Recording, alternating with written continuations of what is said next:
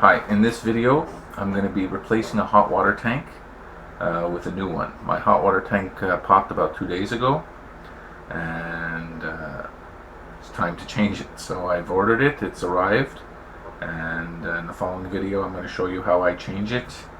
And it's an oil hot water tank, so it runs on oil, and the steps that I do, and some of the tools that I use. Thank you. I'd also like to say that this is my first video that I'm uploading to YouTube, really, or how-to video, and it was shot just with my cell phone, so there's lots of stops and starts. I wasn't trying to do like a 2 hours and edit out the scenes I wanted. I just kind of videotaped what I thought was important using my cell phone. So what I have to do is change a hot water tank. This tank is an oil hot water tank, so I'm going to go through the steps that I believe should be done to change such a tank. It popped about 2 days ago, so I'm just trying to figure out how to get it out. I've already bought a new one. So there's a new one. Sorry for the lighting, but this is the best I got in the basement. And a new burner also. I'm going to keep the old burner on the side until I decide what I want to do. But the tank definitely is leaking. So the first thing we're going to have to do is we shut the power already. So that's the power leading to the burner. Okay, one other thing, we also have to turn off the oil from the tank because we have almost a full tank, so we don't want to. So that's probably down here. Half a turn, it's off, should be fine. And then we're going to cut the two pipes. One of the pipes has a pressure valve, pressure fitting. I don't know what the hell it's called, but it's one of those things. This one we're going to have to cut because plumbers never put it in.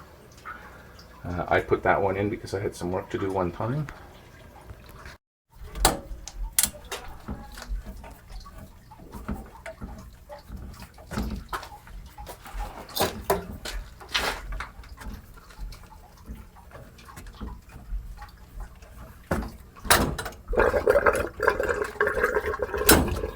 One.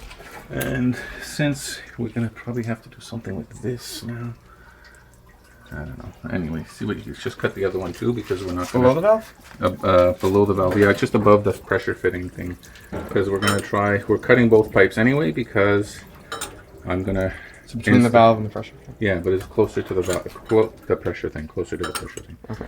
So the reason we're cutting both pipes anyway is because I'm gonna install a different mechanism to connect to the copper. No welding, no nothing anymore. And we're also changing the valve, which is, where's the valve? There, that valve. We're also going to change that valve. Okay, well the new tank didn't come with the thermostat, so we're going to have to keep the thermostat. I'm hoping it's compatible. So there's a screw up here. We remove that, remove the cover. And I'm not really sure how it comes out, but there's a screw there, and then there's another screw on the other side, similar to that. So it looks like it would just come off like that. Oh, yeah, that's what they look like. Okay, so that's fine. That's pretty much what the port on the new one looks like, so we'll keep the same thermostat. We also have to remove the power from the device. So here I should have actually removed the power connection from the thermostat at the top of the image. Instead I removed it where inside the burner area. There's no big deal, but the new burner actually had that power cable sticking out of it, so I did it for no reason. That's it.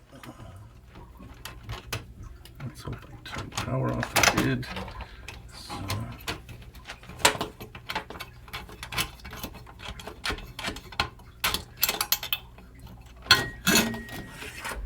I'll save that for later. Alright, now the next thing we're going to have to do is remove the burner and unplug the oil connection. So that's what we're going to do now.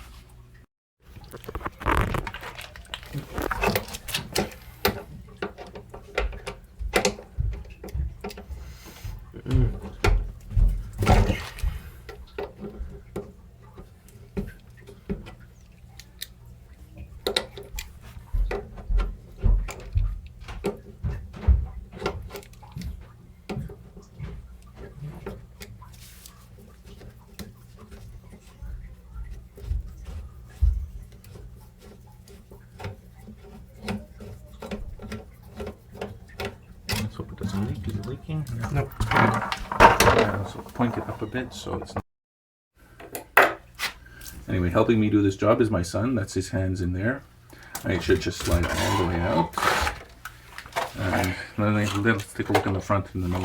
Alright, so we just kind of like slid up the exhaust vent, tied it up out of the way. We don't have a lot of room in this space, so now we're going to have to pull out this thing, which probably weighs a ton.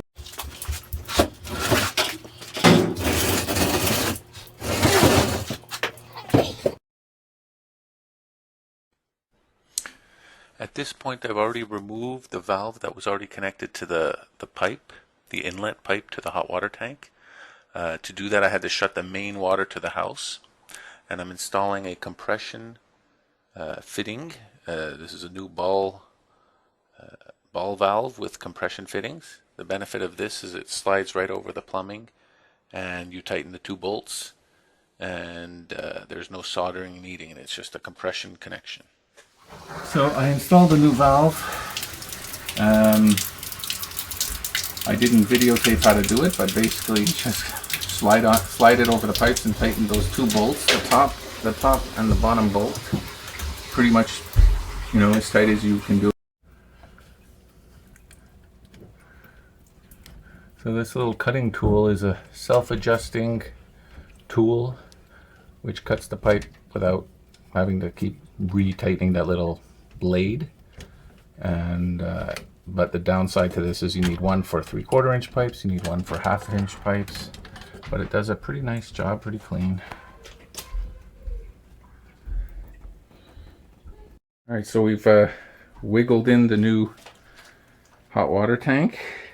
The only odd thing is, you know, there's every hot water tank at the bottom, there's a drain. But this one, the drain is in the back half, and considering my spacing for this thing, I've decided to attach the hose to it now, in case I ever have to unscrew it. It'll at least have a itty bitty hose to not just drain on the floor in the back, it can point it towards the drain. That's my theory. Okay, so these things here are new. I've only seen them maybe within the past year. I'm sure they're maybe a little longer than that. The name for what they're called, it may vary, but I know them as something called like Sharkbite. So, which is kind of interesting, and it's a perfect device for a hot water tank, because once you change a hot water tank, the pipes will never line up, whether it's the height, whether it's left and right. So it's always a pain in the ass to change a hot water tank. But with these devices, it's a really ingenious, and like I said, if you want to leave me a comment if you think it's a piece of crap, for what reason, I don't know, but once you cut the pipe, all you have to do, this is for the plastic pipes, this is a copper pipe, so all you kind of have to do, I'm going to do it with something like that, snap it into place, and it's done, that's it. That's all it takes. So now anytime you want to change the tank, this is removable. There's a little tool, I may have it somewhere, but you push down on this and it'll unlock. But right now it's locked, and that's all it takes, which is really, really interesting. So that's why I wanted to try without using solder whatsoever. So we're gonna just find it. Put it on, put it in, slap it in all the way, and that's it. That's all it takes to change a hot water. Also, I wanted to talk about these things again. There was one other thing. They sell 2 kinds. This is like designed for hot water tanks. So it's you tighten it down at the bottom and you snap it in on the top. They also sell the version where the snap-in part has the valve, like for on this side. So this part would have a valve right here, and you wouldn't need that valve. But I don't really like that idea of having the valve on this, because if ever there's a problem with this piece, the valve is here and you have to shut the whole house. So I'd rather have my own valve and these pieces just to be the quick connect. So that's why I didn't buy the one with the valve, because they sell the one specifically for the valve just for this purpose, but I don't like that idea. now that we have the tank in place, we have the plumbing, we're going to install the burner. So what I did is I removed the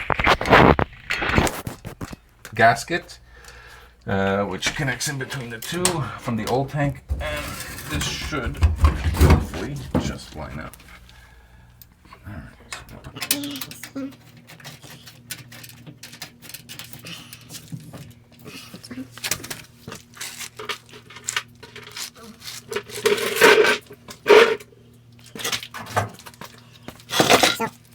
there's 4 washers. You remember which one had 2? No, one of them had 2. Okay.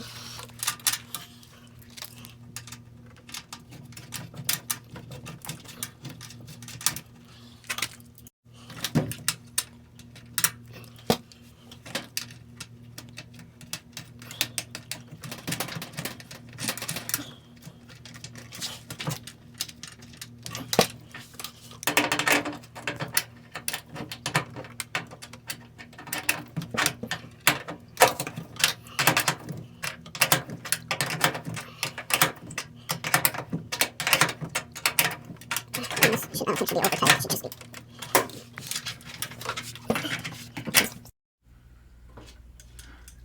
Alright, so I'm installing the thermostat now. So this obviously has to go back into the same similar hole. It has to go as far as it can, so it can measure the right temperature. But it seems to be a snug fit, so it's probably touching the whole circumference around the thing, you know, it's probably touching it. So, and it seems to just kind of snap into place, and then once it's tight, it's tight. And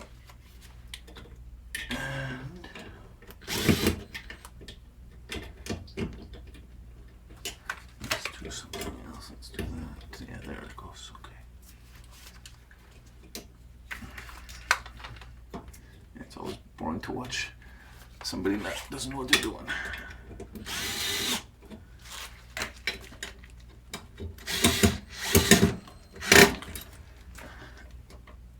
That's pretty much it for that. Let's take it. There we go. Alright, stop. The new tank, the new burner, where the oil line, feed line went into, it has a cap on it. And that's just, I guess, for transport to keep dust and dirt out of the thing. I guess while I tested it, seems to be some oil in there too. Yeah, it feels like oil. So what I did is I just put, I don't know if it needs it, but I put a little bit of gunk on this. This is plumbing pipe sealant. It's also good for natural gas. Somebody might say I'm not supposed to use it. I don't know, but better safe than sorry.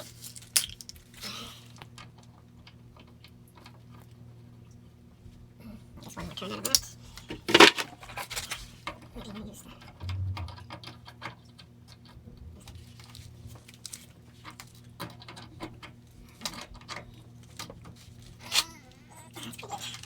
And then we would just put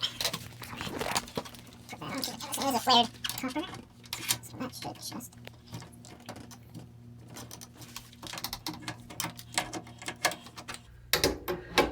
So after we install this, the problem might be that there's air in the system and it has to be bled out. So we're going to try it without doing that, and we'll know because there's no flame coming out and there's no, it'll turn off after a few minutes of trying to start. But generally there's, you know, oil in the line, and there will seem to be oil inside the pump here. This is the pump. This thing is the high voltage electronics. That's kind of cool. What happens is it sort of blows, spits out the oil, and then there's a high electricity spark that's sparking at the tip of the oil constantly, so that's what makes the flame. Okay, that should be good. That's about it. So now what we're going to do is we're going to turn it on, and then after I'm going to bring a fan down here to at least maybe dry it out a bit, because otherwise it'll probably take 2 months to dry out. So let's turn, well no, first we have to turn on the water. Let's see if it's really turn on. Stop. Okay, so what we just did now was we've turned on the oil valve that you saw earlier in the video.